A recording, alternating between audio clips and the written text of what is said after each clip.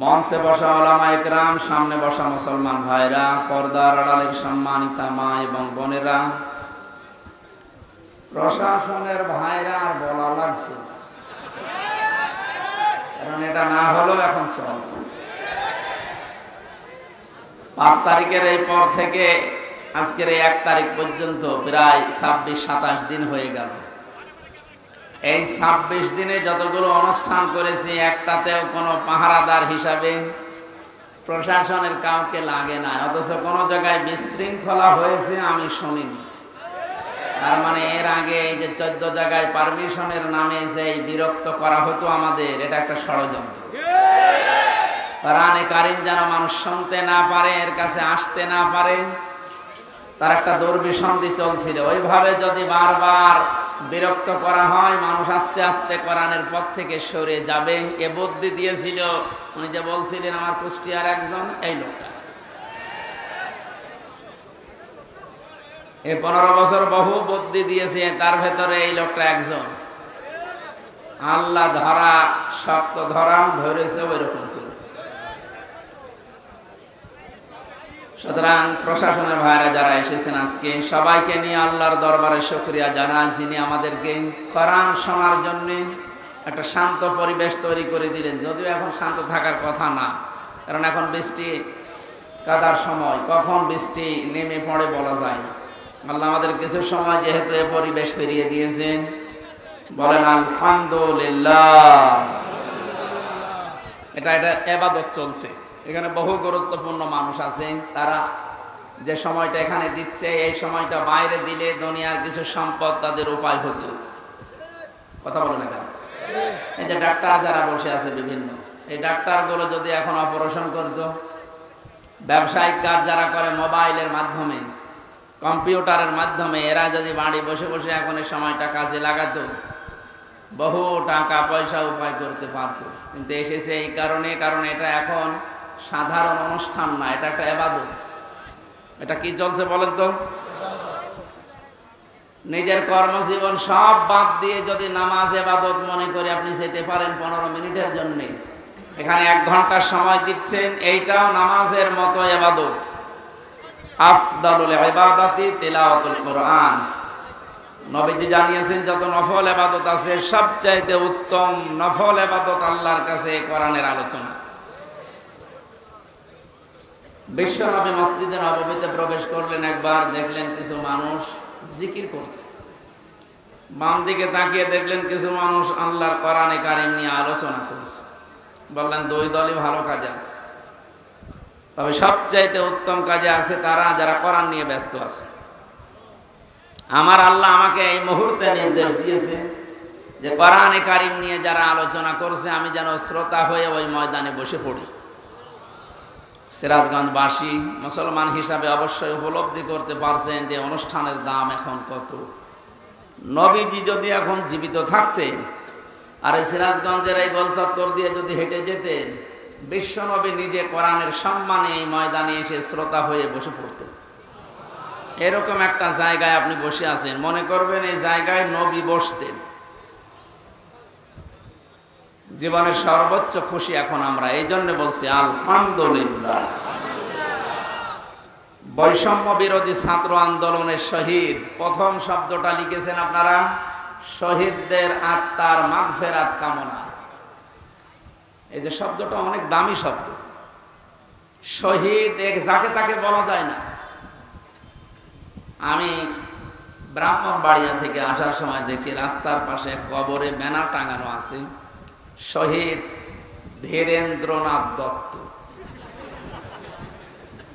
হ্যাঁ, এই যে কোরআন শরীফ আমার সামনে, সত্য কথা বলছে। এই নাম শুনে বোঝা যাচ্ছে যে সাদার টাকা ভাগাভাগি করতেছে, মরে গেছে। কথা বলে না কেন?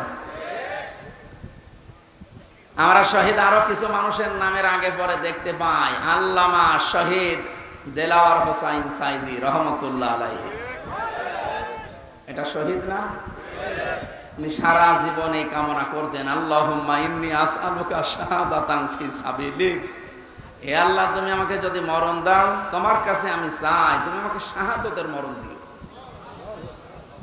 জেলখানার ভেতরে উনি কিন্তু ধুকে ধুকে মরে যেতে পারতেন, তারপরও শাহাদত পেতেন। কিন্তু এমন জায়গায় আল্লাহ নিয়ে তাকে জালেমদের হাতে মৃত্যু দিয়েছে, কেউ যেন দুনিয়ায় সন্দেহ করতে না পারে যে উনি এমনি মারা গেছে।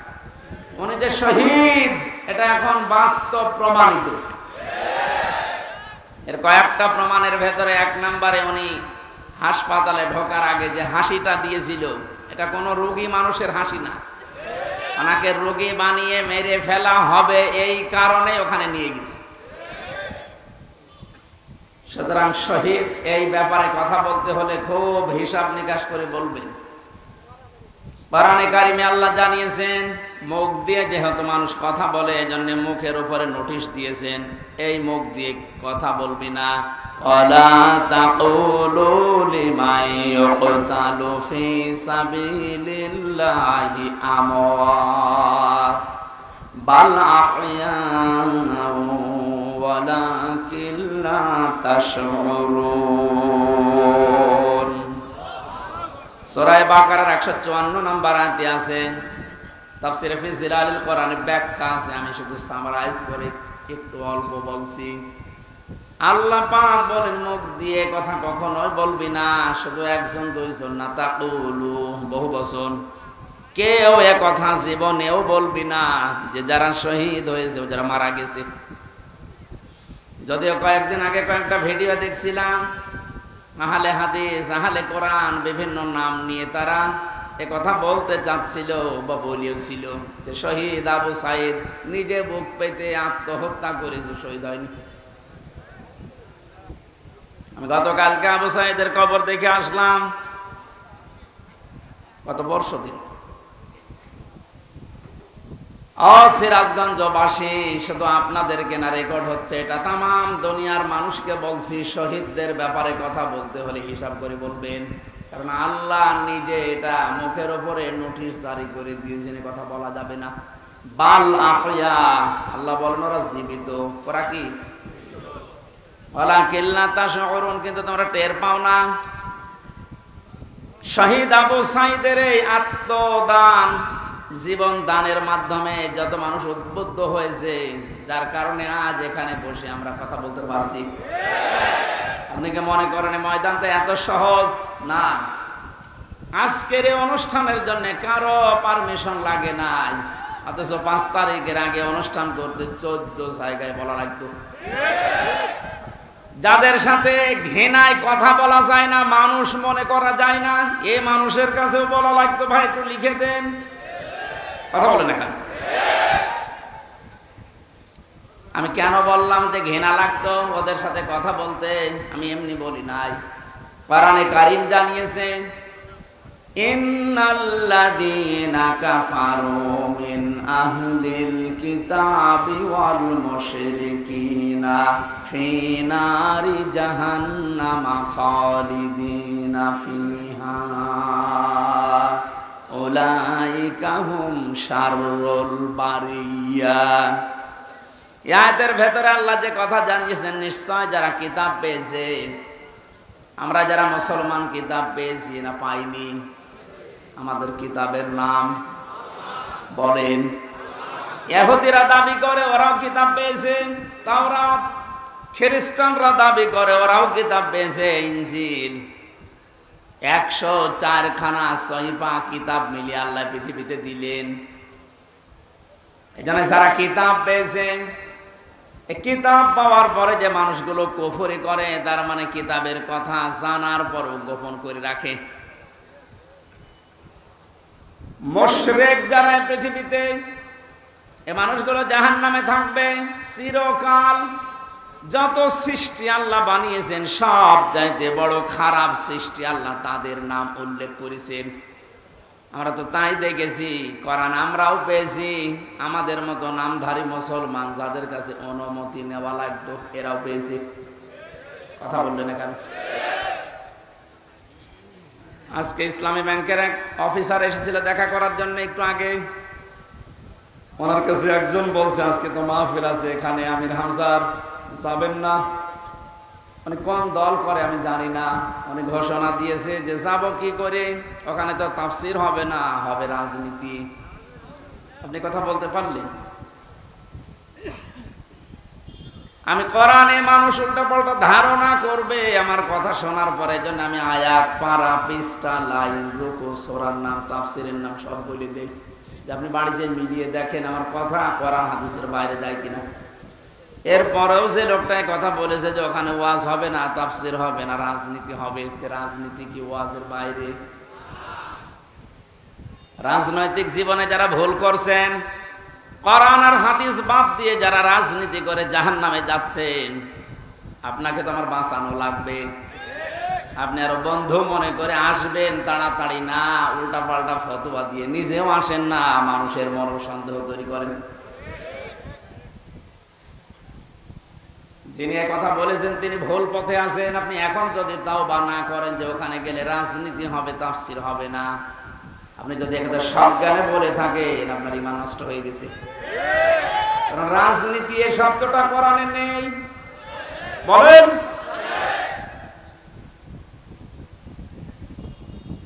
শুধু তাসবিহ আদায় করার জন্য, শুধুমাত্র নামাজ পড়ার জন্য, জিকির করার জন্য যদি আল্লাহ আমাদেরকে বানাতেন, তাহলে পুরা কোরআন শরীফে প্রায় 9 জায়গায় কথাটা আছে, সাব্বাহা লিল্লাহি মা ফিস সামাওয়াতি ওয়া মা ফিল আরদ।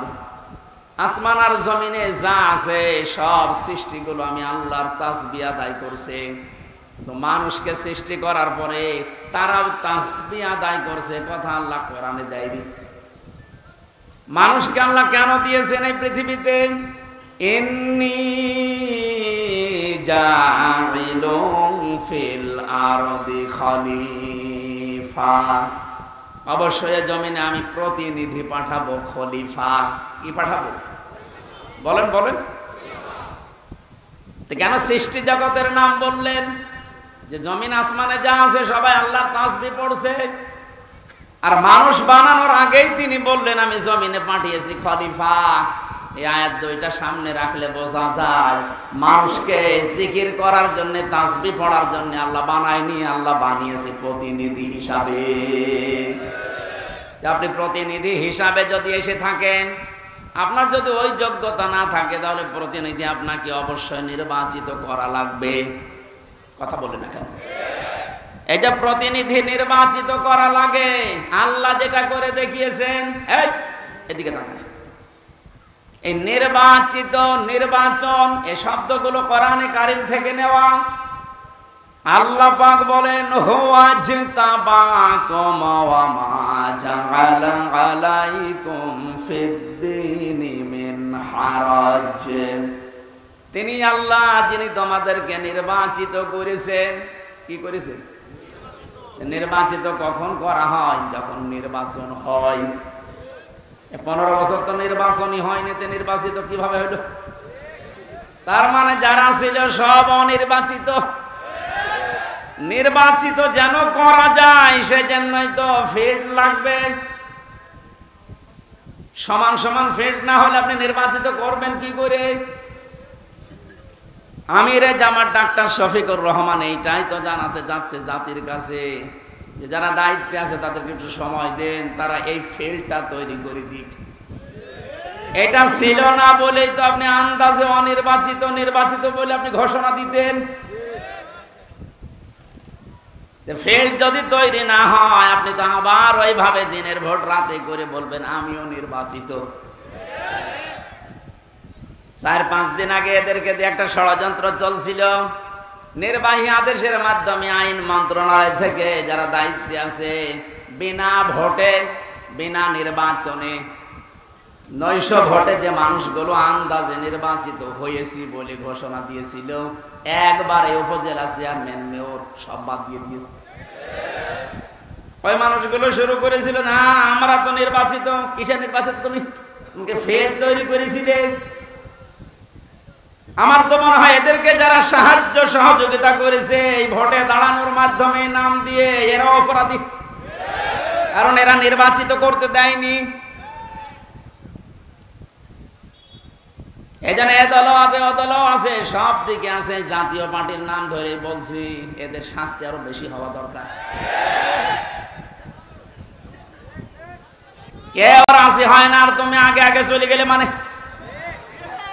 আল্লাহ বলছেন হুয়া জিতাবাকুম, তিনি নির্বাচিত করেন। তো নির্বাচন না হলে উনি নির্বাচিত করবে কি করে? আর নির্বাচিত করার জন্য আল্লাহ প্রতিনিধিদের মাধ্যমে এটা তৈরি করেছেন। আমরা এখন নির্বাচিত করব কাদের, সেই কথা আল্লাহ কোরআনে দিয়েছেন। আমার নিজেরও মনে হচ্ছে যা বলছি সবই তো রাজনীতি, আসলে এইটাই রাজনীতি।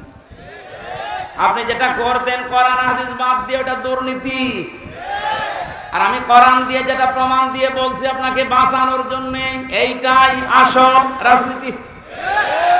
কাকে নির্বাচিত করবেন? কোরআনে কারীম জানিয়েছে সূরা নিসা 5 নম্বর পারার 6 নম্বর পৃষ্ঠার 9 নম্বর লাইনের 59 নম্বর আয়াতে আছে, প্রথম অংশে পাবেন। এটা তাফসিরে ইবনে কাসিরে আছে, ফি জিলালিল কোরআনে আছে। ব্যাখ্যাগুলো লম্বা করে বলতে গেলে সময় যাবে আর কণ্ঠ পারবে না, এইজন্য আমি খুব সামারাইজ করছি, বোঝার জন্য বলছি। ইয়া আইয়ুহাল্লাযীনা আমানু আতিউল্লাহা ওয়া আতিউর রাসূলা ওয়া উলিল আমরি মিনকুম। এখানে আলেম বসে আছে, যারা এখানে বসেন কোরআন হাদিস তারা একটু খেয়াল করবেন, যারা বসেন না তারা আরে অ্যাক্টিভ হবেন যেন বাড়িতে মিলাতে পারেন। আল্লাহ ডাক দিয়েছেন ইমানদারেরা, আমার আনুগত্য করো, আমার রাসূলের আনুগত্য করো।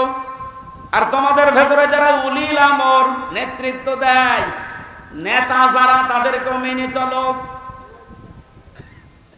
প্রশ্ন আমার এখানে, আতিউ এটা ফেল, ভার্ব, এটা ক্রিয়া। এই শব্দটা আল্লাহ নিজের নামে রাসূলের নামে দিয়েছেন, কিন্তু উলিল আমরের আগে দেয়নি। এই কথা বলেন না কেন? শুধু জি বলা না, এটা নিয়ে যাওয়া লাগবে জায়েদটা বাড়িতে। তাহলে ওই যেই লোক ইসলামী ব্যাংকের অফিসারের কাছে বলেছে যেখানে রাজনীতি হবে, ও জীবনের কথা বলবে না। আতিউ শব্দটা আল্লাহ নিজের নামে রাসূলের নামে দিলেন, উলিল আমরের আগে দেয়নি। কেন দেয়নি? কারণ আল্লাহ রাসূলকে মানা লাগবে, কোনো প্রশ্ন করা যাবে না। কথা বলেন না কেন? কিন্তু উলিল আমর যদি মেনে চলতে হয়, যেহেতু ওনারা, আল্লাহকে তো আপনি এখানে পাচ্ছেন না, রাসূলকে পেয়েছিলেন কিন্তু এখন নেই, কিয়ামত পর্যন্ত তো উনি আসবেন না, কিন্তু উলিল আমর তো আসবে। এই জন্য উলিল আমরকে যদি আপনি মেনে চলতে চান, দেখতে হবে উপরে বর্ণিত এই দুইটা আছে কিনা, আল্লাহ রাসূলকে ওই লোকটা মেনে চলে কিনা। আপনি যাকে নেতা মানবেন, যার নেতৃত্বে চলবেন, যাকে আপনি নির্বাচিত করবেন, আমি এই শব্দগুলোকে বানাচ্ছি। হুয়া জিতাবাকুম, এ জিতেবা মানে নির্বাচিত করা। নির্বাচন না হলে নির্বাচিত করা যায় না। আল্লাহ তাহলে নির্বাচনের মাধ্যমে নির্বাচিত করেছেন আমাদেরকে। কোটি কোটি মানুষেরা উম্মত হওয়ার জন্য আশা পেশ করেছিল, আকাঙ্ক্ষা, কিন্তু আল্লাহ তাদের বাছাই করেনি। আল্লাহ শুধু আমাদের মতো মানুষগুলোকে উম্মতে মুহাম্মদী নির্বাচিত করেছেন। সুবহানাল্লাহ বলতে পারেন? মুসা নবীর মতো, ঈসা নবীর মতো এত বড় পাওয়ারফুল নবীরা আকাঙ্ক্ষা করেছিল যে আমরা নবী হয়েছি ভালো, কিন্তু নবী না হয়ে যদি মুহাম্মদুর রাসূলুল্লাহর উম্মত হতে পারতাম তারপরও ভালো হতো। আল্লাহ বলেন না, একজনেরটা কবুল হয়েছিল হযরত ঈসার, এজন্য তিনি আসবেন দুনিয়ায় আবার নবী হয়ে না, উম্মত হয়ে। মুসা নবীর মতো এত বড় নবীর দোয়া কবুল আল্লাহ করেননি যে না তোমারটা হবে না। আপনি টের পাচ্ছেন যে নির্বাচিত হয়ে আমরা কত দামি জায়গায় আছি। বাংলার মুসলমানেরা, আজকে এই ওয়াজটা যদি আপনি বাড়ি নিয়ে যেতে না পারেন, এরকম ওয়াজ 1 বছর পরে একদিন না, প্রতিদিন 24 ঘন্টা হলেও আপনার কোনো কাজ হবে না। এই জন্য আতিউ শব্দটা আল্লাহ দেওয়ার কারণে আল্লাহ রাসূলকে মানতে গিয়ে আপনি কোনো প্রশ্ন করতে পারবেন না, বুঝে আসুক আর না আসুক। হয়তো আপনার স্বল্প জ্ঞানে বুঝে আসছে না, কথা বলেন না কেন? তা আল্লাহ আপনার চাইতে ভালো বোঝে না, বোঝেন না? কিন্তু উলিল আমর যারা, এদেরকে মানতে হলে মাস্ট বি, অবশ্যই দেখা লাগবে লোকটা আল্লাহ রাসূলকে মেনে চলে কিনা। যদি মেনে চলে তাকে মানা ফরজ, যদি মেনে না চলে তাকে মানা হারাম। হযরত সাদ ইবনে আব্দুল্লাহ ইবনে সাদ রাদিয়াল্লাহু তাআলা আনহু বিবাহ করার পরে খোরমা বিলি করলেন, মিষ্টি বা খোরমা খেজুর। মোনাজাত কমপ্লিট হয়ে গেছে, বিয়ে শেষ, বাসর ঘরে যাবেন, হঠাৎ করে এক কাছের চিঠি নিয়ে এসেছে, ডাক দিয়ে বলে আব্দুল্লাহ খলিফাতুল মুসলিমিন হযরত ওমর চিঠিটা পাঠিয়েছে। উনি চিঠি খুললেন, ওখানে লেখা দেখলেন, ও আব্দুল্লাহ যেখানে থাকো আমি রাষ্ট্রের দায়িত্বে আছি, ওমর আমি তোমার উলিল আমর বলছি, আমি তোমার উলিল আমর বলছি, যেখানে থাকো চিঠি পাওয়ার পরে সঙ্গে সঙ্গে দেখা করো, তোমার জিহাদের ময়দানে পাঠাবো। উনি মুরব্বীদেরকে জিজ্ঞাসা করলেন, মুরব্বীরা বলে হ্যাঁ আপনি যান, কিন্তু বাসরটা শেষ করেন। হযরত আব্দুল্লাহ ওই মজলিসে উঠে দাঁড়িয়ে কোরআনের কয়েকটা আয়াত পড়ে তাদেরকে জানিয়েছিলেন, ইয়া আইয়ুহাল্লাযীনা আমানু মা লাকুম ইযা ক্বিলা লাকুম ইনফিরু ফি সাবিলিল্লাহি সাকালতুম ইলাল আরদ আরাদিতুম বিল হায়াতিদ দুনিয়া মিনাল আখিরাহ ফামা মাতাউল হায়াতিদ দুনিয়া ফিল আখিরাতি ইল্লা কলিল। সূরা তাওবার ভেতরে আছে, আমি শব্দটা বোঝানোর জন্য আয়াতটা পড়লাম, খুব ভালো করে মিলান। তিনি মুরব্বীদেরকে বললেন, হে আমার মুরব্বীরা, আমার মাথার তাজ আপনারা, সম্মান করি আপনাদের। আল্লাহ কি ডাক দিলেন আমাকে, ঈমানদারেরা যখন তোমাদেরকে আল্লাহর রাস্তায় বের হওয়ার জন্য বলা হয় তখন তোমরা মাটি কামড়িয়ে পড়ে আছো। তোমরা কি দুনিয়ার জীবন পেয়ে সন্তুষ্ট হয়ে গেলে? অথচ আখিরাতের তুলনায় দুনিয়ার জীবন একেবারেই সামান্য।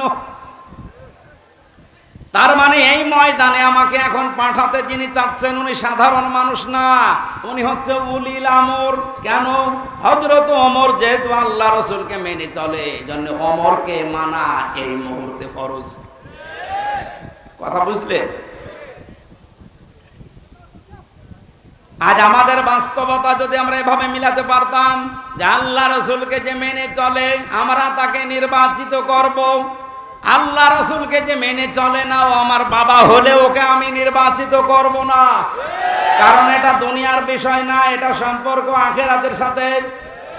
নয়তো আমি ধরা খাবো। আপনি যে ধরা খাবেন তার প্রমাণ কি?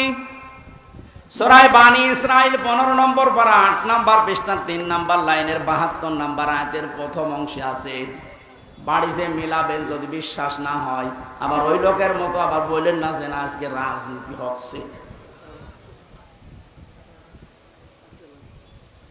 ইয়াউমা নাদউ কুল্লা উনাসিম বিইমামিহিম, আল্লাহ পাক বলেন কিয়ামতের দিন আমি প্রতিটি মানুষকে বিচারের দ্বিতীয় স্টেপে, প্রথম স্টেপে ডাকবে একা একা, আর দ্বিতীয় স্টেপে প্রতিটি মানুষকে আল্লাহ ডাক দেবে তার নেতার সাথে। কার সাথে? আগে নেতা, এরপরে কর্মী। এটা রেকর্ড হয়ে সারা বাংলাদেশে কালকে ছড়িয়ে যাবে। 18 কোটি মানুষের দায়িত্ব নিয়ে এখন আমি বলছি, কান খাড়া করেন দেশের মানুষেরা। কোরআনের চোখ, হাদিসের চোখ লাগিয়ে দেখতে পাচ্ছি আপনি জাহান্নামে যাচ্ছেন। আপনার নিজের বিবেকের কাছে বলেন তো, কিয়ামতে প্রতিটি মানুষকে আল্লাহ যেহেতু তার নেতার সাথে তুলবে, যে নেতার আদর্শ আপনি মেনে চলেন, যাকে নির্বাচিত করবেন বলে আপনি ভোট দেওয়ার সিদ্ধান্ত নিচ্ছেন, আপনি নিজে থেকেই বলেন ওই লোকটা যদি কিয়ামতে আপনার সামনে দাঁড়ায় আপনি তার পেছনে। আল্লাহ তো আগে ওকে দেখবে, এরপর আপনাকে। আপনার কি মনে হয় ওর যা অবস্থা, ওর যা চরিত্র, ওর যা সুরত সিরাত, ওরে দেখলে আল্লাহ মাফ করবে বলে মনে হয়? দেখলেন? বলছেন না, তো এখনই ধরা খাবে।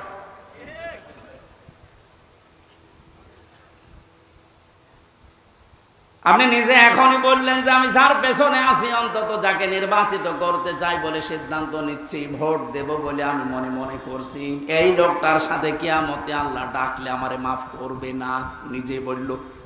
তাহলে ও ধরা খেয়েছে। কেরা বললো গো? হাত তোলেন তো। আপনি আপনি যেন ধরা না খান, এই জন্যই তো আয়োজন। রাজনীতি মনে করে আপনি আসলেনই না, আপনি তো ধরা আরো বেশি খাবেন।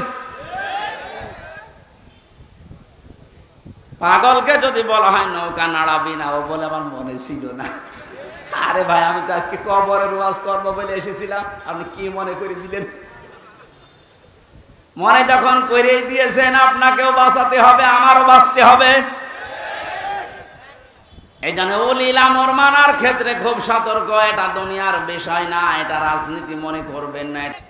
আল্লাহ, তুমি আমাকে যেভাবে বুঝিয়েছো কোরআনে কারীম, সবাইকে ওই সহজ ভাবে বোঝার তৌফিক দাও।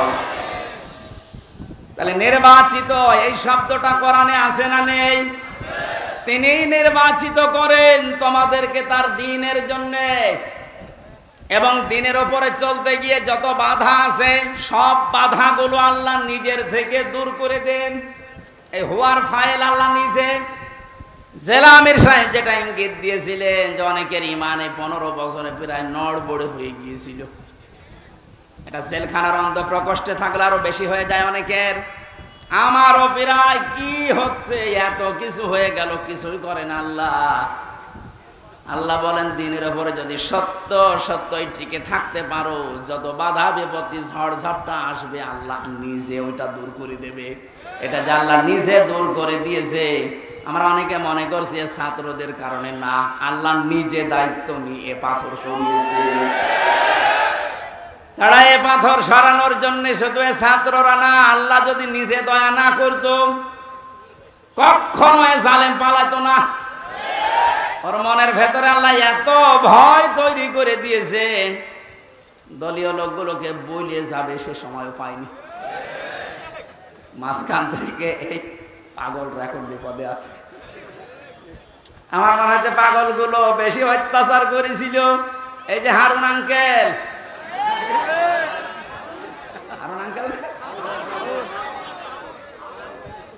ওনার নাম এখন সারা পৃথিবীতে জানে, 3 ইঞ্চি।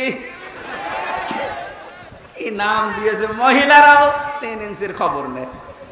মেয়ে লোক সেও বলে 3 ইঞ্চি, ধরা পড়েছে।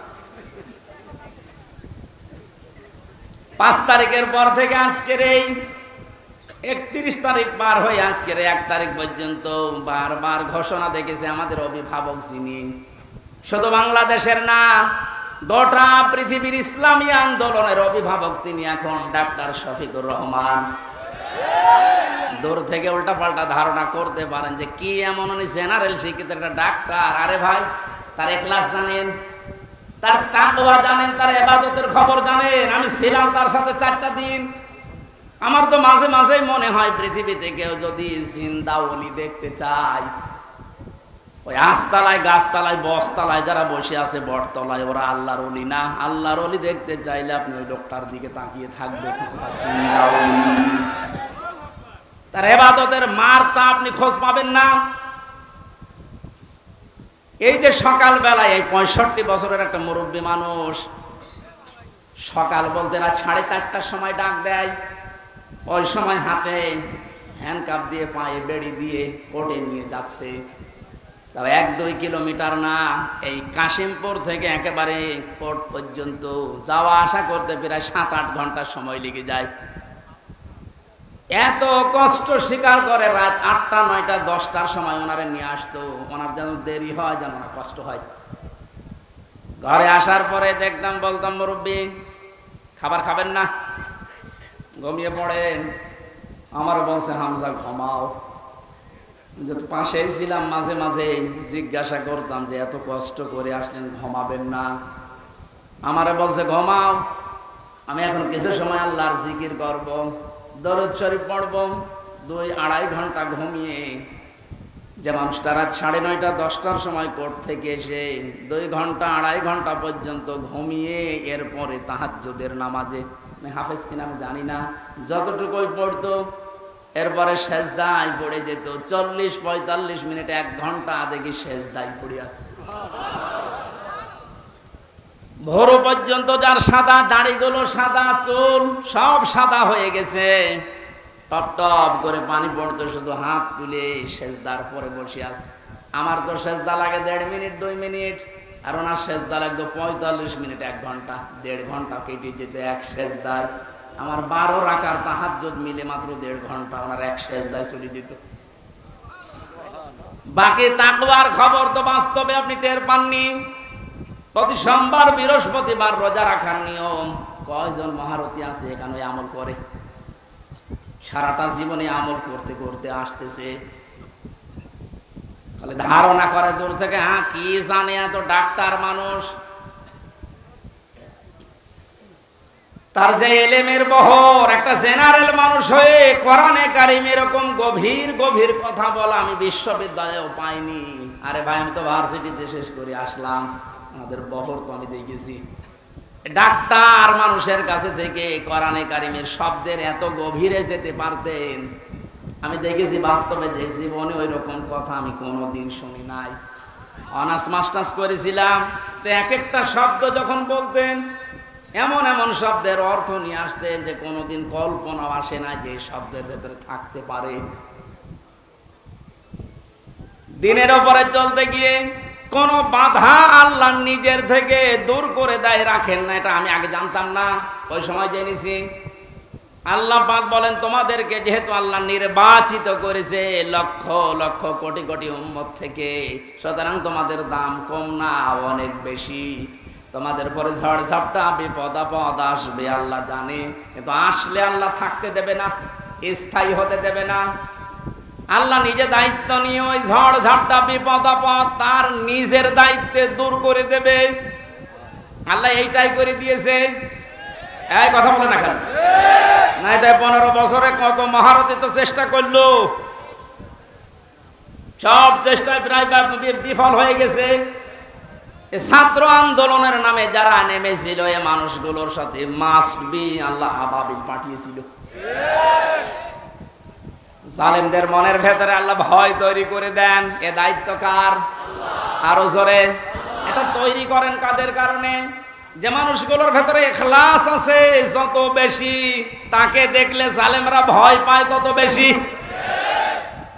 আমরা 15 বছর অনেক জালেমকে ভয় পেয়েছি তার অত্যাচারের কারণে, আর আমিরে জামাতকে এখনো জালেমরা ভয় পায় তার তাকওয়ার কারণে। বাংলার মুসলমানেরা, আমি যেটা বোঝানোর জন্য পর্যন্ত এসেছিলাম, শহীদ যারা হয় এদের নিয়ে যারা উল্টা পাল্টা ধারণা করেন, কোনদিন এই মুখ দিয়ে কথা বলবেন না যে ওনারা মরে গেছে, এমনি না, ওনারা জীবিত, কিয়ামত পর্যন্ত শুধু জীবিত, এইটাই থাকবে, কিন্তু আমরা টের পাই না। এর পরের কথা আল্লাহ দিয়েছেন, মানুষ যেহেতু ধারণা করতে পারে, মুখে হয়তো বলে না, কিন্তু ধারণা করতে পারে যে মরে গেছে। আল্লাহ ধারণার উপর নোটিশ দিয়েছেন, ওয়ালা তাহসাবান্নাল্লাযীনা কুতিলু ফি সাবিলিল্লাহি আমওয়াতা বাল আহইয়াউন ইনদা রাব্বিহিম ইরযাকুন। সূরা আলে ইমরান 4 নম্বর পারা 11 নম্বর পৃষ্ঠা 9 নম্বর লাইনের 169 নম্বর আয়াত। এটা তাফসীরে কাবীরে পাবেন। আল্লামা ফখরুদ্দীন রাজি রহমাতুল্লাহ আলাইহি ব্যাখ্যা করতে গিয়ে লিখেছেন, ওই পৃথিবীর মানুষেরা মুখ দিয়ে তো বলবেই না, অন্তরে যেন এ ধারণাও কোনোদিন না আসে যে শহীদরা মরে গেছে। এটা ধারণাও করা যাবে না। বালাহিয়াউন, বরং তারা জীবিত, বরং তারা কি? আরো জোরে। ইনদা রাব্বিহিম ইরযাকুন, তারা তাদের রবের কাছে খাবার খাচ্ছে। শহীদ আবু সাইদের বাড়িতে গিয়েছিলাম, যে গরিব মানুষ, 6টা ছেলে ওনার, এটাই ছোট। ওনার বাবা মারে বলছিল যে অবস্থায় ওদের বাড়ি ঘর দেখলাম, আমার মনে হয় 3 বেলা পেট পুরে খাবার খাওয়ার মতো পরিবার না। আল্লাহ তার জীবনটা এত বেশি পছন্দ করেছিলেন, সাধারণভাবে মরণ দেয়নি, এত সাহস তার বুকের ভেতরে দিয়েছিলেন, জালেমদের সামনে জীবনটা দিয়ে শাহাদত বরণ করে কিয়ামত পর্যন্ত জান্নাতি খাবার খাবে। কোনো সন্দেহ নেই যে কিয়ামত পর্যন্ত আল্লাহ খাওয়াবে। কারণ যেহেতু মরে না, জীবিত থাকে, আর জীবিত থাকলে খাওয়া লাগে, খাওয়া লাগে না? আর খেলে রক্ত গোশত তৈরি হয়, খাবার খেলে মানুষের রক্ত গোশত তৈরি হয়। ওই দিন আমার মাহফিল, দিন রাতের বেলা গিয়েছিলাম ওখানে, রাত 9:30টার পরে অনুষ্ঠান ছিল আমার গাইবান্ধার গোবিন্দগঞ্জে। ওখানে এসে উঠলাম, জেলা আমির সাহেব এসে আমার বলছে, আমির হামজা, 1 মাস আগে এখানে সাব্বির নামে একামতে দিনের একজন ওকে মেরে ফেলা হয়েছিল।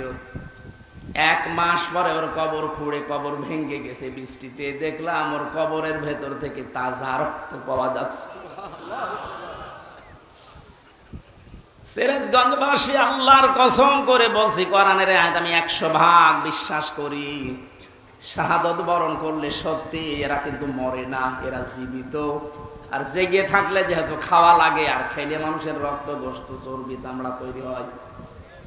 1 মাস পরে এই জন্য কবর ভেঙে যাওয়ার পরে দেখা যাচ্ছে ওর রক্ত টাটকা রক্ত।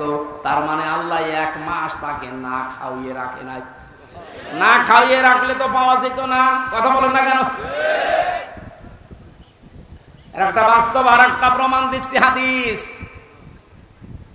হযরতে হামজা রাদিয়াল্লাহু তাআলা আনহু, তার একটা ছোট্ট মেয়ে ছিল। সে শহীদ হওয়ার পরে নবীজির কাছে এসে বলেছিল, ভাই আমার বাবা যে শহীদ হয়েছে, আপনার মুখে আমি শুনেছি কোরআনে আছে যে শহীদরা মরে না, জীবিত, ওরা নাকি জান্নাতে ঘুরে বেড়ায়। আমার বাবা যে শহীদ হয়েছে জীবিত, আমি এটা দেখতে চাই। নবীজি বললেন, বোন আমার কি করে দেখাবো এখানে তোমাকে? হঠাৎ করে ছোট মেয়েটা আকাশের দিকে তাকিয়ে বলছে, আব্বু আমি এখানে। নবীজি বলছেন, বোন কাকে ডাক দাও? বলছে, আব্বু ওই যে পাখা লাগিয়ে কার সাথে যেন উড়তেছে। বিশ্ব নবী বলেন, বোন আমার ওটা দুনিয়া না, ওটা জান্নাতের ভেতরে তোমার বাবা জান্নাতের পাখি হয়ে উঠতেছে।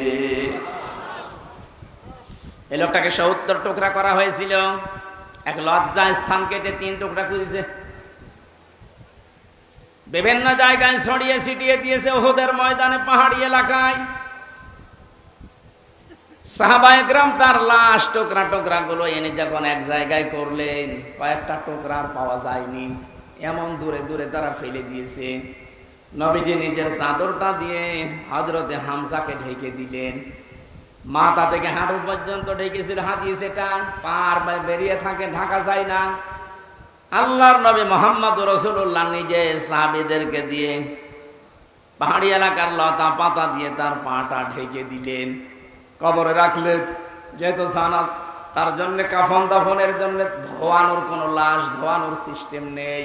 শহীদরা মরে গেলে ধোয়ানো লাগে না, যেভাবে ইন্তেকাল করবে, শাহাদত বরণ করবো, ওইভাবেই কবর দেওয়া লাগবে। কারণ কিয়ামতের দিন উনি ওইভাবে আল্লাহর সামনে উঠে দাঁড়াবে। আপনি যদি দেখবেন আবু সাঈদ কিয়ামতে যখন উঠবে, 4টা গুলি লেগেছে যেখানে যেখানে, ওইটা নিয়ে দাঁড়াবে ঠিক ওইভাবে। আল্লাহ জিজ্ঞাসা করবে, আবু সাঈদ তোমার শরীরে এতগুলো গুলি, রক্তের দাগ কেন? বলবে, আমি সালেমদেরকে হটানোর জন্য, মানুষের অধিকার প্রতিষ্ঠার জন্য চেষ্টা চালিয়েছিলাম। শেষ পর্যন্ত জালেমরা আমার বুকে, আমার পেটে, আমার মুখের উপরে গুলি লাগিয়েছে। যে সমস্ত জায়গায় গুলি লেগেছে, ওই জায়গাগুলো একেবারে জিন্দা নিয়ে তোমার সামনে আমি হাজির হয়ে গেছি। হযরতে হামজাকে আল্লাহর নবী কবরে রাখলেন। ডাক দিয়ে বলেন হামজাকে, রব্বুল আলামিন এই যে আমার চাচাকে আমি কবরে রাখলাম, এখন পর্যন্ত আমার চাচার উপরে আমি রাজি আছি, খুশি আছি। মাবুদ আমি তোমার গোলাম হয়ে বলছি, তোমার রাসূল হয়ে দাবি করছি, আমার চাচা হামজার উপরে তুমি রাজি হয়ে যাও। নবীজি বলেন, যদি আমি রাজি হয়ে গেছি, আল্লাহ তুমি রাজি হয়ে যাও। আল্লাহ দেরি করবে? দেরি যে করে না, এই আয়াত তার প্রমাণ তাফসিরে পেয়েছি আমি। ওনাকে কবর দেওয়ার 30 বছর পর কবরটা ভেঙে গিয়েছিল। মদিনায় একটা ঢল হওয়ার কারণে দেখে রক্ত ভেসে আসতেছে পানির ভেতরে। ওই সময় হযরতে হামজার সাথে যারা ছোট বয়সে যুদ্ধ করেছিল, তারা এখন মুরব্বী হয়ে গেছে। রক্ত অনুসন্ধান করতে করতে গিয়ে দেখে 30 বছর আগে মুহাম্মদুর রাসূলুল্লাহর চাচা হযরতে হামজাকে ওরা যেখানে যেখানে আঘাত করেছিল তরবারি দিয়ে, ওই জায়গাগুলো দিয়ে ফিনকি দিয়ে রক্ত বের হচ্ছে। বাংলার মুসলমানেরা ভালোভাবে মিলান, আল্লাহ যে আহয়াউন দিয়ে শেষ করেননি, ইনদা রাব্বিহিম ইরযাকুন, তারা তো জীবিত এবং খাবার খায়। উনি যে খাবার খেয়েছে তার প্রমাণ 30 বছরের তাজা রক্ত। কথা বলেন না কেন? এই জন্য কোনোদিন এই ধারণা করবেন না যে যারা শহীদ হয়ে গেল এরা মরে গেছে, বলবেন তো নাই, ধারণাও করা যাবে না। এই শহীদদের আত্মার মাগফিরাত আল্লাহ ওদেরকে এমনিতেই মাফ করে দিয়েছে। কারণ কি? ওয়ালিয়াকুলামাল্লাহুল্লাযীনা আমানু ওয়া ইয়াত্তাখিযা মিনকুম শুহাদা আল্লাহু লা ইউহিব্বুজ জালিমিন। রব্বুল আলামিন বলেন, কিছু মানুষকে আমি সাধারণভাবে মরণ দিতে চাই না, যার ঈমান এবং যার অ্যাক্টিভিটিস কাজকর্ম আমার কাছে পছন্দ হয়, ওই মানুষটাকে আমি আল্লাহর শাহাদাতের মরণ দিয়ে ধন্য করে দেই। আর জেনে রাখো আয়াতের শেষের কথা, আল্লাহু লা ইউহিব্বুজ জালিমিন, কোন জালেমকে আমি ভালোবাসছি না, বাসবো না। এটা মোজারে বর্তমান ভবিষ্যৎ, প্রেজেন্ট ফিউচার। এজন্য জালেম যারা, তাদের কপাল বড় খারাপ। আপনার দুনিয়াও শেষ, আখিরাত তো শেষই। আমি দোয়া করলেও হবে না জালেমদের জন্য, কারণ আল্লাহু লা ইয়াহদিল কওমাজ জালিমিন, জালেমদেরকে আল্লাহ হেদায়েত দিচ্ছে না, দেবে না। আমরা আর যাই করে যেন জালেম হয়ে না যায়। এই শব্দটা যেহেতু খুব গুরুত্বপূর্ণ, জালেম। আজ অনেক জালেম বিদায় নেওয়ার পরে এখন অনেকে নব্য জালেম হওয়ার জন্য চেষ্টা চালাচ্ছে। গতকালকে চুয়াডাঙ্গার একটা খবর শুনলাম, আমি কোরআনের আয়াতের সাথে মিলিয়ে আশ্চর্য হয়ে গেছি। জালেম বিদায় নিল, এ জালেম আসলো কোত্থেকে? সূরা বাকারার 114 নম্বর আয়াতটা, এই এদিকে তাকান।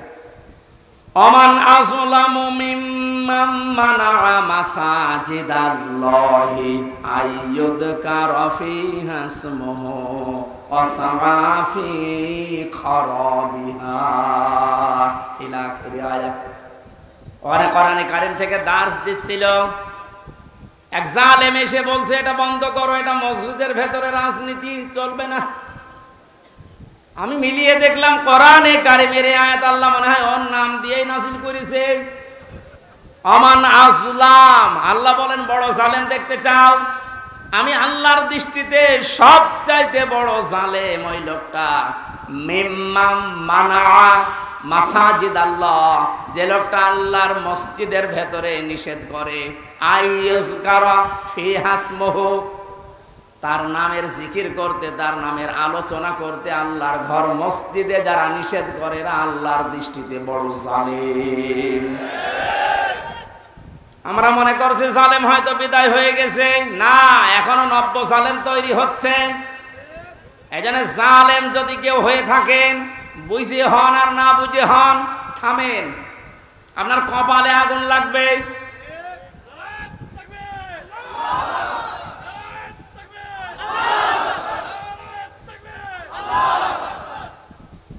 এটা সূরা শুআরার ভেতরে আছে, শেষ নাম্বার আয়াত।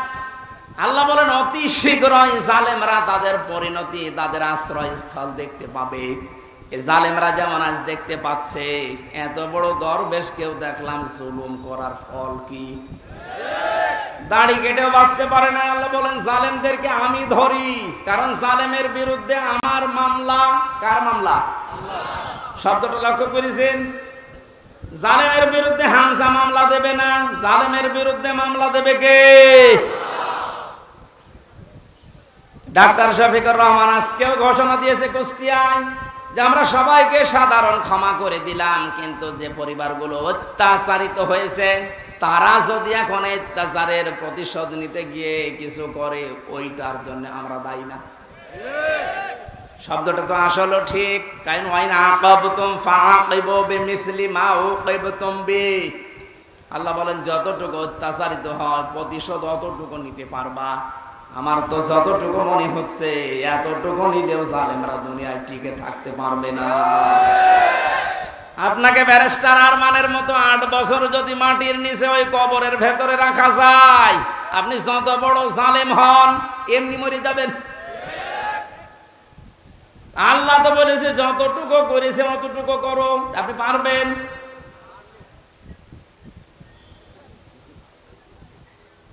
আমার উপরও যতটুকু অত্যাচার হয়েছিল আমি চাই যাদের দ্বারা হয়েছে, যে মানুষগুলোর ইঙ্গিত হয়েছে, আমি ওই মানুষগুলোকে অতটুকু না করে ছাড় দেব না। যে যা বলে বলুক না, আমার দাদা না মাফ করে দেন না, কিসের মাফ?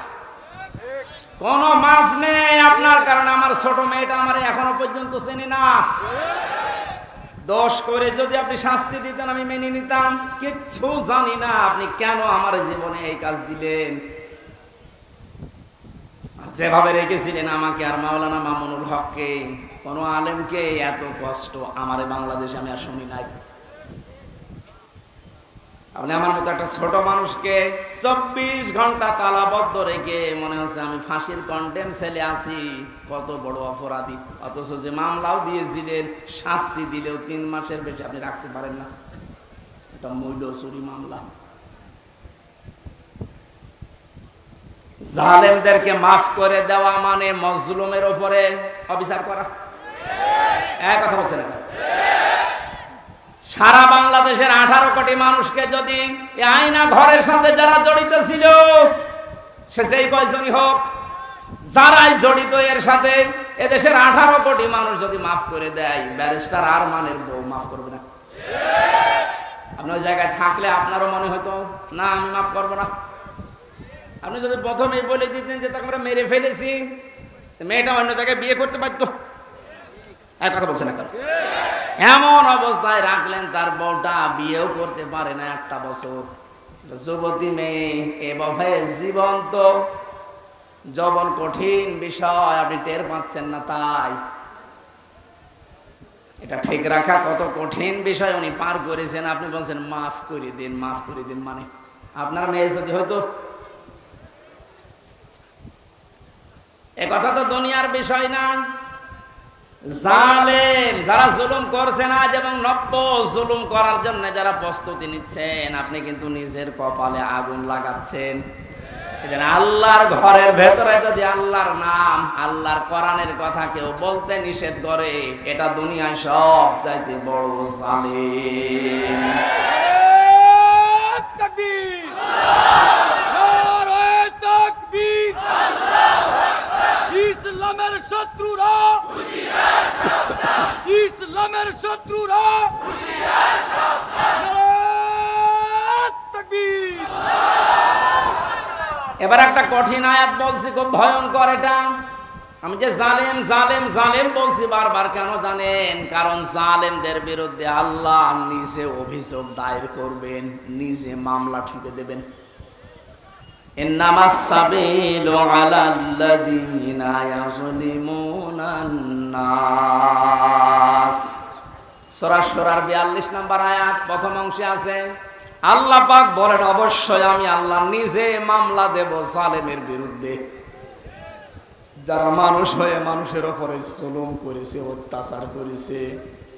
এজন্য বাংলার জালেমেরা আপনার দুনিয়ার জীবন শেষ, আর আখিরাত তো আপনি আল্লাহর মামলার আসামি। যিনি বিচারপতি, যিনি রায় দেবেন, তিনি যদি মামলার বাদী হয়, তা আপনি তো একেবারে সরাসরি খালাস পেয়ে যাবেন। বলেন না কেন?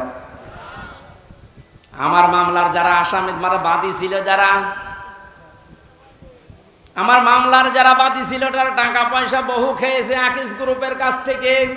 গত পরশু দিনও আকিসের মালিক আমারে বলছে, হুজুর আপনাকে আমরা চাকরি দিয়েছিলাম আমাদের মসজিদের খতিব হিসাবে, ওই শয়তানরা আপনাকে পেঁচে ফেলে আমাদের কাছে কয়েক কোটি টাকা 5 তারিখের আগ পর্যন্ত নিয়েছে।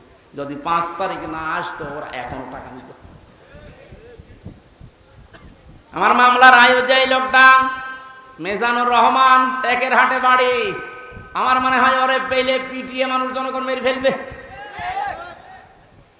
আর বাকিগুলোর নাম একবার বলেছিলাম ওই কুষ্টিয়ার এক মাহফিলে, তারা পরের দিন বলছে, হুজুর আর নাম বললেন না, কিছু হলে কিন্তু আমরা মারা পড়ে যাব। কেমন ভয় আছে জালেমরা দেখেন। তবে এই যে লোকটা, এই লোকটা 5 তারিখের আগের দিন 4 তারিখ রাত্রে টাকা নিয়েছে। এই মামলার আয়ুটা ওই এখন নাই, থেমে গেছে। আমার মনে হয় 5 তারিখ বাংলাদেশে না আসলেও শয়তান এখনো টাকা নিত।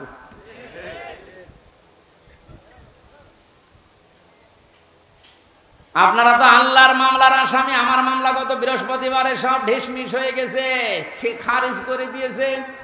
বিচারপতি দেখে বলছে এটা মামলা হইলো, অথচ ওই বিচারপতি 5 তারিখের আগে বলতো এটা কিছু করা যাবে না।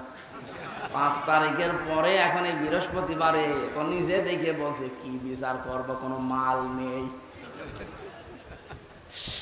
অনেক নিজে পড়ে পড়ে দেখছে, বলছে কোনো মাল ম্যাটারেস নেই, কি দেখে বিচার করবো, যা সব বাদ, আমাদের সবাইকে খালাস দিয়ে দিয়েছে। এই যে খালাসি যখন দিয়ে দেবেন, তো 3 বছর আপনি বিনা কারণে জেল খাটালেন, কোন কারণে? খালাস দেওয়া মানে কি কোনো অপরাধ নেই, কোনো দোষ আমরা পাইনি নাকি? খালাস দেওয়া মানে তো এই, তাহলে দোষ তো আমার নেই, আপনি নিজেই প্রমাণ করে দিলেন, বিনা কারণে যে 3টা বছর নষ্ট করলেন। গতকালকে একজন মুসলমান হয়েছে পরশুদিন, আমার মনে হয় 3টা বছরে যদি আমি বাইরে থাকতাম, এই 20 সালের আগ পর্যন্ত 53 জন মানুষ মুসলমান হয়েছিল কোরআন শোনার পর। বের হয়ে একজন হয়ে গেল। 3 বছর থাকলে আমার মনে হয় এখনো পর্যন্ত 50 জনের উপরে মানুষকে আমি জান্নাতে নিতে পারতাম। আপনি সুযোগ থেকে বঞ্চিত করে দিলেন। এখানে জালেম যারা, তারা হামজার মামলার আসামি না। হামজার মামলার আসামি তো হবেনই, কিয়ামতে আমি না করলে আপনি জান্নাত দিতে পারবেন না। আর সবচাইতে বড় দুঃখ আপনার জন্য, আপনি আল্লাহর মামলার আসামি। আল্লাহ আমাদের হেফাজত করুন জালেম হওয়া থেকে, বলেন আমিন। আমিরে জামাত শুধু একবার একটু ইঙ্গিত দিয়েছে, এক জালিমের হাত থেকে মুক্তি পেয়েছি, আর কোন জালেম যেন আমাদের মাথার উপরে বসতে না পারে।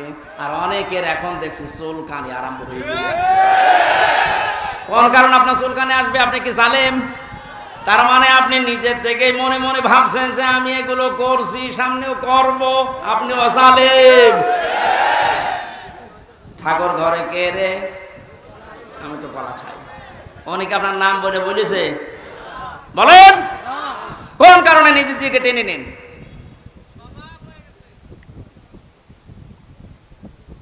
পাপ যদি পূর্ণ হয়ে যায় তখন কিন্তু আল্লাহ আর ছাড় দেয় না।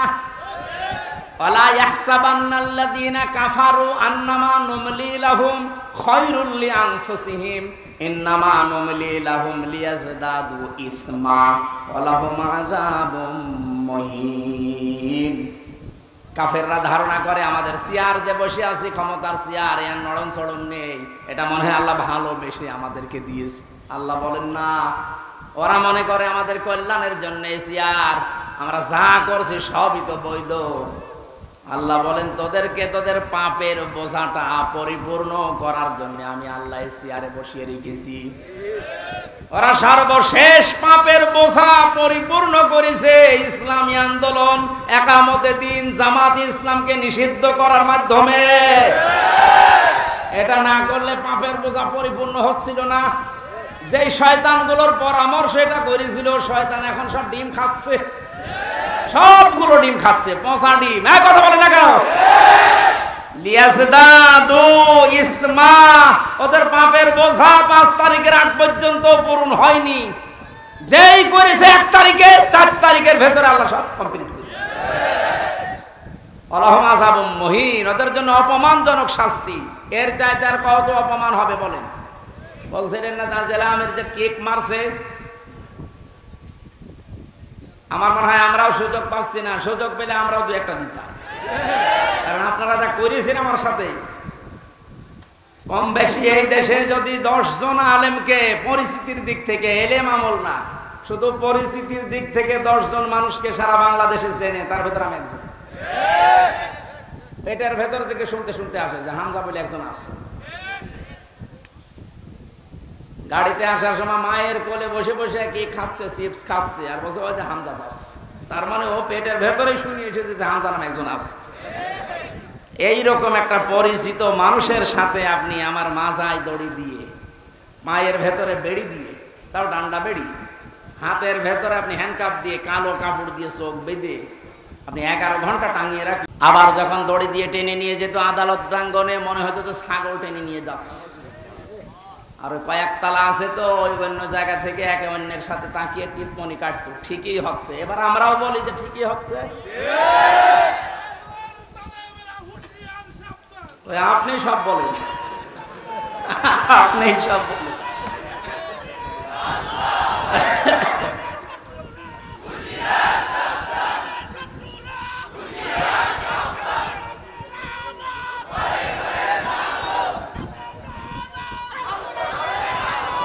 আলহামদুলিল্লাহ ভাই,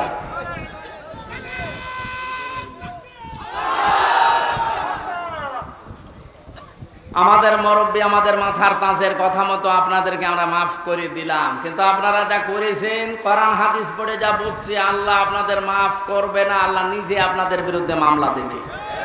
এখানে জালেম যারা এবং জালেম এখন যারা নতুন করে হচ্ছেন, আপনারা আল্লাহর মামলার কেসের আসামি। খুব গুরুত্বপূর্ণ বিষয় এটা, খেয়াল করে জীবন চালাবেন। যে মানুষগুলোর আত্মার মাগফিরাত এবং রূহের আহত মানুষদের সুস্থতায় কামনায় এই তাফসীর মাহফিলের আয়োজনে, বিশাল আয়োজনে যারা আঞ্জাম দিয়েছে, যারাই খেদমত করেছে এত বড়, আল্লাহ প্রত্যেককেই তাদের মনের কামনা বাসনা পূরণ করুন। আমরা বারবার বলছি, আমরা কিন্তু এখনো পর্যন্ত বিজয় অর্জন করতে পারি নাই, আমরা শুধুমাত্র স্বাধীন হয়েছি কেবল। আমরা জুলুম মুক্ত হয়েছি, এখনো পুরোপুরি না, ষড়যন্ত্র তো থেমে নেই। এই জন্য আসল বিজয় হবে তখন যখন দেখব কোরআনে কারিম দিয়ে ৫৬,০০০ বর্গ মাইল চলছে। কারণ এই দেশটায় ৫৩ বছরে বাবা চালিয়েছে, স্বামী চালিয়েছে, চাচা চালিয়েছে, বুবু চালিয়েছে, ভাবি চালিয়েছে, সবই আমি না দেখি মুরব্বীরা দেখেছে। এক কথা বলে না কেন? শুধুমাত্র এখন দেখতে বাকি আছে এইটা দিয়ে চললে কেমন লাগে, এইটা দিয়ে যেন সংসদ চলে, দেশটা চলে, দেখতে চান না?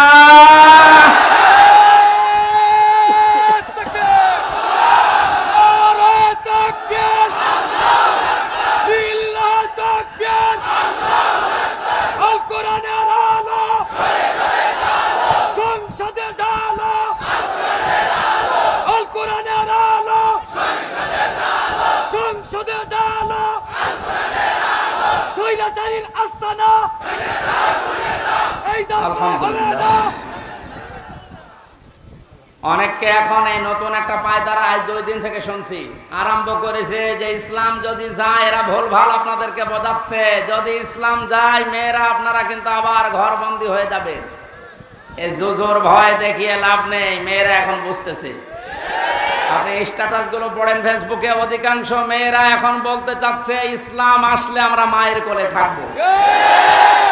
আমিরে জামাত ঘোষণা দিয়েছে, যদি আল্লাহ আমাদেরকে কবুল করেন, মেয়েরা যে নিরাপত্তা পাবে, কিয়ামত পর্যন্ত এই দেশের মেয়েরা বলতে পারবে না যে আবার কোরআন বাদে অন্য কিছু আসুক। আমরা এটা দেখাতে চাই, দেখাবো ইনশাআল্লাহ। কোরআনের সূরা সূরা, সূরা মানে সংসদ, সূরা মানে কি? যেহেতু সংসদ নির্বাচন সামনে আসছে, সংসদ নির্বাচন করার জন্য যে 7টা পদ্ধতি আছে, 7টা গুণ দেখে দেখে নেতা নির্বাচন করা যায়, ওই কথাগুলো আল্লাহ সূরা সূরার ভেতরে দিয়েছেন। আমরা মাত্র একটা আয়াত পড়েছি, আয়াতের নাম্বারও 7। কত? আমরা সব কিছু বাদ দিয়ে সরাসরি কোরআনের আয়াতে যাচ্ছি। আল্লাহ পাক বলেন, ওয়াকাযালিকা আওহাইনা ইলাইকা, আমি এইভাবেই করে হে নবী আপনার প্রতি ওহী নাজিল করেছি। এই আয়াত নাজিল করা দেখে বোঝা যাচ্ছে এর আগেও আল্লাহ বিভিন্ন নবীদের উপরে ওহী দিয়েছিলেন নাকি? ধারাবাহিকতায় বিশ্ব নবীও পেয়েছেন। আল্লাহর নবীকে আল্লাহ যেটা দিলেন কোরআনান আরাবিয়্যা, নবীকে যে আল্লাহ ওহী দিয়েছেন তার নাম আরবি কোরআন। কি কোরআন? এই ভাষাটা যেহেতু আমাদের মাতৃভাষা না, এই জন্য আমাদের কাছে একটু কঠিন লাগে, কিন্তু পৃথিবীতে সবচেয়ে সহজ ভাষা আল্লাহ জানিয়েছেন আরবি ভাষা। ওহী যেহেতু কোরআনে কারীম আরবি ভাষায় এসেছে, মুসলমানেরা আমাদেরকে এখন ইমানের দাবি অনুযায়ী আরবি ভাষায় শুদ্ধ করে কোরআন শিখতেই হবে, মাস্ট বি। আমি অনেক পীর সাহেবের মুরিদ, অনেক ইসলামী আন্দোলনের ভাইদেরকেও দেখেছি কোরআনে কারিমের কাছে যে ওরা দুর্বল। শুদ্ধ করে কোরআন পড়া বোঝার যে সিস্টেমগুলো চালু আছে, এটা 100% এখন আমাদের ফলো করা লাগবে। আমি যতটুকু দেখতেছি প্র্যাকটিক্যাল লাইফে, যে রিপোর্টগুলো পূরণ করা হয় প্রতিদিন 3 আয়াত 5 আয়াত 10 আয়াত আপনি যা পড়বেন শুদ্ধ করে পড়বেন, বুঝবেন এবং এটা লিখে রাখবেন। এই সিস্টেম যদি কেউ 4 মাস 6 মাস 1 বছর পালন করতে পারে, আস্তে আস্তে তার শুদ্ধ হয়ে যাবে। আর এটা হওয়ার জন্য দেশে একটা বিশ্ববিদ্যালয় আছে, তার নাম জামাতে ইসলামী। আমি অন্য কোন জায়গায় এসে সিলেবাসটা পাইনি। আপনি যা যা করেছেন সবগুলো পয়েন্ট আকারে ওখানে লেখা লাগে। আপনার জীবন এমনি পরিশুদ্ধ হয়ে যাবে। নিজেকে যদি পবিত্র করতে চান, পরিশুদ্ধ করতে চান, ফিরে আসেন। আহ্বান জানাচ্ছি, দাওয়াত দিচ্ছি। নয়তো আবার বলবেন যে আল্লাহ আমি দাওয়াত পাইনি। এই জন্য দাওয়াত দিয়ে দিলাম। যদি বিশ্ববিদ্যালয়ে পড়ার ইচ্ছা থাকে, আপনি মূর্খ মানুষ হন, অসুবিধা নেই।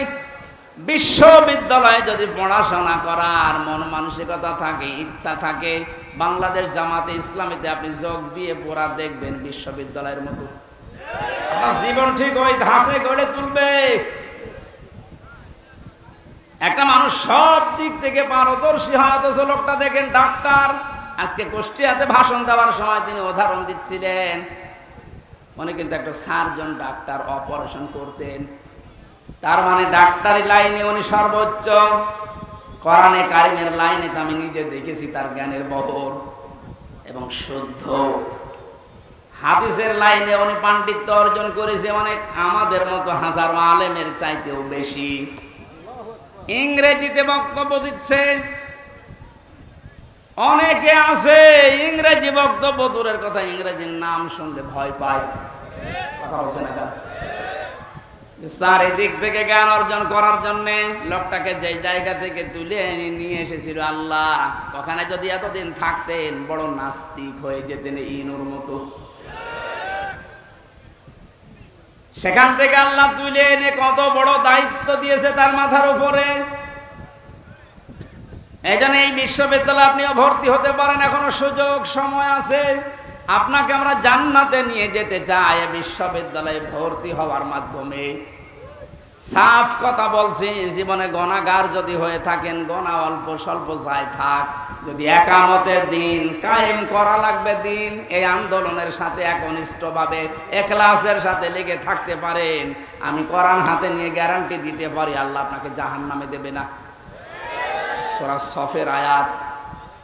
আবার বলছি, ইসলামী আন্দোলন যদি দুনিয়ায় করেন, একামতের দিন কায়েম করার জন্য ইখলাসের সাথে অ্যাক্টিভিটিস নিয়ে যদি ময়দানে থাকেন, কায়েম হলে ভালো, না হলেও আপনার অসুবিধা নেই। আপনাকে আল্লাহ জাহান্নামে দেবে না, হ্যাঁ জান্নাতেও দেবে না কয়েকটা কারণে। তার ভেতরে 1 নাম্বার, আপনি যদি মা বাবার সাথে বিয়াদবি করে থাকেন জান্নাত পাবেন না। আর এই বিশ্ববিদ্যালয়ে আসলে মা বাবার সাথে বিয়াদবি করার কোনো রাস্তা খোলা নেই। সবগুলো একেবারে ট্রেনিং দিয়ে দিয়ে ওই পর্যায়ে নিয়ে যাওয়া হয়। মানুষের মতো মানুষ হওয়ার জন্য, দেশ প্রেমিক মানুষ হওয়ার জন্য এই দেশে ওপেন বলছি, ইসলামী ছাত্র শিবির ছাড়া কোনো রাস্তা খোলা নেই। আপনি যদি চ্যালেঞ্জ দিতে চান, নিয়ে আসেন অন্য সংগঠনগুলো, আমি একটা শিবিরের ছেলেকে নিয়ে যাব, তামাম দুনিয়া সব নিয়ে আসেন। 100 ভাগ না হলে আমি 99 ভাগ গ্যারান্টি দিতে পারি। ওদের চরিত্র যদি 100 ভাগের 10 ভাগ ঠিক হয়, এর চরিত্র 100 ভাগের 70 ভাগ ঠিক থাকবে। আল্লাহ রাব্বুল আলামিন কোরআনে কারীমকে যেহেতু ওহী হিসাবে আরবি ভাষায় দিয়েছেন, এখানে শুনলাম একটা মাদ্রাসা আছে। আমি যে বাড়িতে ছিলাম তিনি বলছিলেন আপনাদের একটা সুযোগ আছে আল্লাহর এই ওহীকে শিক্ষা করার জন্য, এরকম মাদ্রাসায় আপনি ভর্তি হয়ে যান যে বয়সে থাকেন। কোরআন শুদ্ধ করা ছাড়া, কোরআন পড়া ছাড়া আল্লাহর নিকটবর্তী হওয়া যাবে না। ইমাম মালিক বলেছিলেন, মাবুদ তোমার প্রিয় হওয়া যায় কিভাবে? 100 বার তিনি আল্লাহকে স্বপ্ন দেখে একই কথা বলেছিলেন যে তোমার প্রিয় হওয়া যায় কি করে? আল্লাহ পাক বলেন, ইমাম মালিক কোরআন পড়ো, কোরআন পড়ো। উনি বারবার প্রশ্ন করতেন, আল্লাহ বুঝে পড়বো না বুঝে পড়বো? আল্লাহ পাক বারবার জবাব দিয়েছেন, বুঝে পড়ো না বুঝে পড়ো, শুদ্ধ করে পড়ো, তার তিলের সাথে পড়ো, আমি আল্লাহর প্রিয় পাত্র হয়ে যাবে। এজন্য আমরা যেহেতু মালিকের প্রিয় হতে চাই, এজন্য আমাদের শুদ্ধ করে মাস্ট বিয়েটা পড়া শেখাই লাগবে। আল্লাহ রাব্বুল আলামিনের পরে বলেন লিতুনদিরা উম্মাল কুরা ওয়া মান হাওলাহা। হে নবী, এই কোরআন দিয়ে আপনি মক্কার এবং মক্কার আশেপাশে যা আছে, এই আশপাশ বলতে তামাম দুনিয়া বুঝিয়েছেন আল্লাহ। তাফসীর ইবনে কাসিরে লিখেছে ওমান হাওলাহা মানে সমগ্র পৃথিবী। সুতরাং এখন নবী নেই, উনি থাকলে এই কাজটা করতেন। সৌদি আরব থেকে বাংলাদেশে এসে আপনাদেরকে সতর্ক করতেন। এই সতর্ক বাণী পড়া কোরআন শরীফে আছে 500টা। কয়টা? সবচাইতে বেশি যেই বিষয়টা দিয়ে মানুষ সতর্ক হতে পারে তার নাম কিয়ামত। কারণ এইটার জবাবদিহিতা যতদিন পর্যন্ত আপনি উপলব্ধি করতে না পাবেন যে কিয়ামত হবে, আল্লাহ বলেন তুনজিরা ইয়াউমাল জামিউ লা রাইবা ফি, ওই দিন সম্পর্কে সতর্ক করো যেদিন সম্পর্কে কোনো সন্দেহ নেই, সন্দেহের অবকাশ পর্যন্ত নেই। মানুষের জীবন পরিচ্ছন্ন হওয়ার জন্য 8টা মাধ্যম আছে, তার 1 নাম্বার মাধ্যম এটা যে যত বেশি জবাব দিতে হবে, আল্লাহর দরবারে দাঁড়াতে হবে, এরকম টেন্ডেন্সি যত বেশি তৈরি করবে তার জীবন তত বেশি পরিচ্ছন্ন হবে। খলিফাতুল মুসলিমিন হযরত আবু বকর সিদ্দিক রাদিয়াল্লাহু তাআলা আনহুকে তার স্ত্রী উম্মে রোমানা ডাক দিয়ে বললেন, স্বামী আমার, বাইতুল মালে যিনি দায়িত্বে আছে খাজানচিতে, অর্থমন্ত্রীকে আপনি বলেন আগামী মাস থেকে যেন আগামী মাসের যে বেতন আছে ওটা যেন অ্যাডভান্স আমাদেরকে দিয়ে দেয়।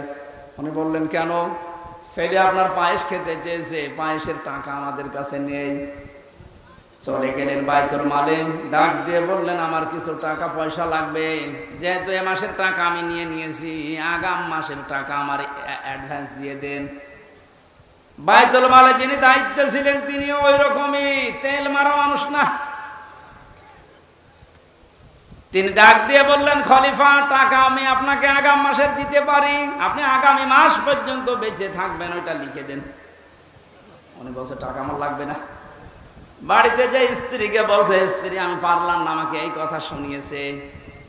স্ত্রী ধৈর্যশীল ছিলেন, ধৈর্যশীলা বললেন ঠিক আছে, আপনি যখন পারলেন না, যেভাবে চলছে সংসার চলতে দেন। 15 দিন পর দিন পায়েস রান্না করে দিয়েছে। হযরতে আবু বকর বললেন, স্ত্রী পেলে কোথায়? আপনাকে বলেছিলাম, আপনি তো অপারগতা প্রকাশ করলেন, আপনি পারেননি। আমি প্রতিদিন 1 মুঠ 1.5 মুঠ করে তুলে রাখতাম এই আটা চাউল যাই বলেন। এই 15 দিন তুলতে তুলতে প্রায় 2 কেজি হয়ে গেছে। ওটা পাশের বাড়িতে বিক্রি করে আমি আজকে এই পায়েসের ব্যবস্থা করেছি, কোনো উল্টাপাল্টা কাজ করিনি। উনি বললেন ঠিক আছে, সন্তান আব্দুল্লাহ ভালো করে খাও। দৌড় দিয়ে চলে গেলেন বাইতুল মালের খাজানচির কাছে, বললেন বাইতুল মালের দায়িত্বে আছো, অর্থমন্ত্রী, আগামী মাস থেকে আমার বেতন যদি 12,000 টাকা দিতে থাকো তো 2,000 টাকা কম দিও। কেন? কারণ 10,000 টাকা হলেও আমার সংসার চলে, এটা আমি দেখেছি। আমার মনে হচ্ছে এই যে কিয়ামতের জবাব দিতে হবে টেন্ডেন্সি তার ভেতরে কোন পর্যায়ে ছিল আপনি বলেন। আর 1628 জন মানুষ দায়িত্বে আছে, দায়িত্বে যে সরকার আছে থাক, এর এই 1628 জন মানুষ শুধু এখন যদি আবু বকরের মতো এই চিন্তা নিয়ে দেশটা চালায়, আমার মনে হচ্ছে 16 ঘন্টায় এই দেশটা একেবারে রোল মডেল হয়ে যাবে। এতদিন যারা রোল মডেল করেছিল, কি মডেল দেখিয়েছেন আপনি? কি মডেল দেখিয়েছেন? এটা একটা জরিপ পেলাম আজকে, এটা শোনালে আপনার মাথা খারাপ হয়ে যাবে। বলছে 2009 সালে পিলখানার নির্মম হত্যাকাণ্ড, আমার সাথে 1500 জন মানুষের, তার ভেতরে আমার মনে হয় 900 মানুষকে তো আমি পরিচয় করেছিলাম বিডিআর বিদ্রোহের নাম দিয়ে।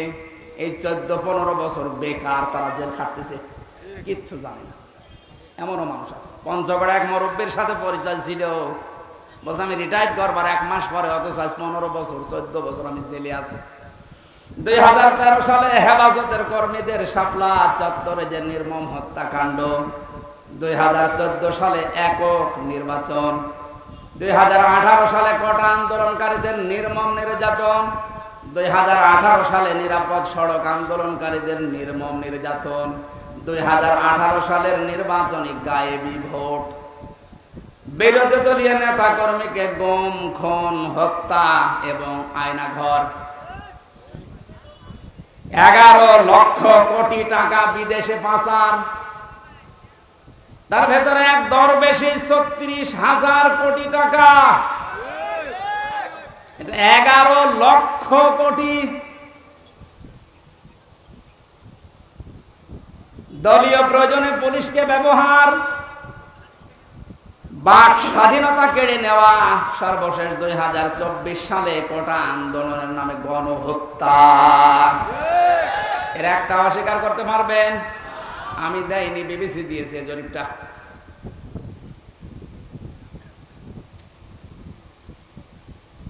এই জন্য তো বলছি 1628 জন মানুষ যদি এই বাংলাদেশে এখন হযরতে আবু বকরের এই মন নিয়ে দেশটা চালাতে পারে, আন্দাজে উল্টা পাল্টা টার্গেট দেওয়া লাগবে না।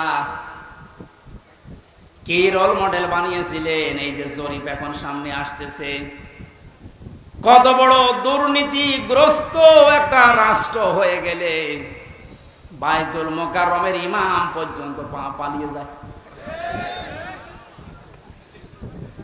একটা বড় মসজিদের খতিব, সে লোকটা পালিয়ে গেল, তার মানে কোন জায়গাটা বাকি আছে আপনি বলেন? কোন জায়গা বাকি নেই। একটা মসজিদের খতিব যদি পালিয়ে যায়, আসলটা তো পালিয়েছে, মসজিদের খতিব পালিয়েছে, তার মানে তামাম দুনিয়া দেখেছে যে আপনি কোন পর্যায়ে দুর্নীতিকে নিয়ে গিয়েছিলেন। আর রোল মডেল বানিয়েছেন বাংলাদেশ। রোল মডেল হবে হযরত আবু বকরের চিন্তা নিয়ে আসেন যে আমার 8,000 10,000 টাকা হলে মাস চলে যায়, অর্থমন্ত্রী আগামী মাস থেকে তুমি 2,000 কম দিও। কিয়ামতে জবাব দিতে হবে। বিশ্বাস যত বেশি তৈরি হবে, আপনার জীবন পরিচ্ছন্ন হবে। ফারিকুন ফিল জান্নাতি ওয়া ফারিকুন ফিস সাঈর। একদল মানুষকে আল্লাহ জান্নাতে প্রবেশ করাবে, একদল মানুষকে জাহান্নামে দেবে। সুতরাং যাদেরকে জান্নাতে দেওয়ার ঘোষণা দিচ্ছেন, আল্লাহ যেন এই দলে শামিল হওয়ার তৌফিক দেন। আমিন, আল্লাহুম্মা আমিন। লা ইলাহা ইল্লা আনতা সুবহানাক ইন্নী কুনতু মিনাজ জালিমিন। ও মাবুদ, কোরআনে কারীমের কথাগুলো শোনার জন্য মানুষগুলো এত পাগল, এদের উপরে তোমার খাস রহমত নাযিল করো আল্লাহ। এই আয়োজনে যদি খুশি হয়ে সওয়াব দিয়ে থাকো, আমাদের নবীজির রওজায় পৌঁছিয়ে দাও। তামাম দুনিয়ার মাটির নিচে যত মানুষ ঘুমিয়ে গেল, আল্লাহ মাফ করে দাও। যে সমস্ত শহীদদের আত্মার মাগফিরাত এবং অসুস্থ মানুষদের সুস্থতায় কামনায় এই মাহফিলের আয়োজন, আল্লাহ তুমি সব দেখতে পাচ্ছ, সব শুনতে পাচ্ছ। ওদেরকে তুমি শাহাদাতের উচ্চ মর্যাদা দান করো। আহতদের তুমি শেফায়ে কামেলা আজরা নসিব করে দাও।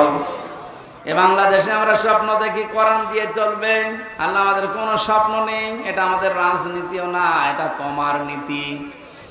যেহেতু তুমি জানিয়েছো কোরআনে কারীম দিয়েছি রাষ্ট্র চালাতে, আমরা এইটা চাই তুমি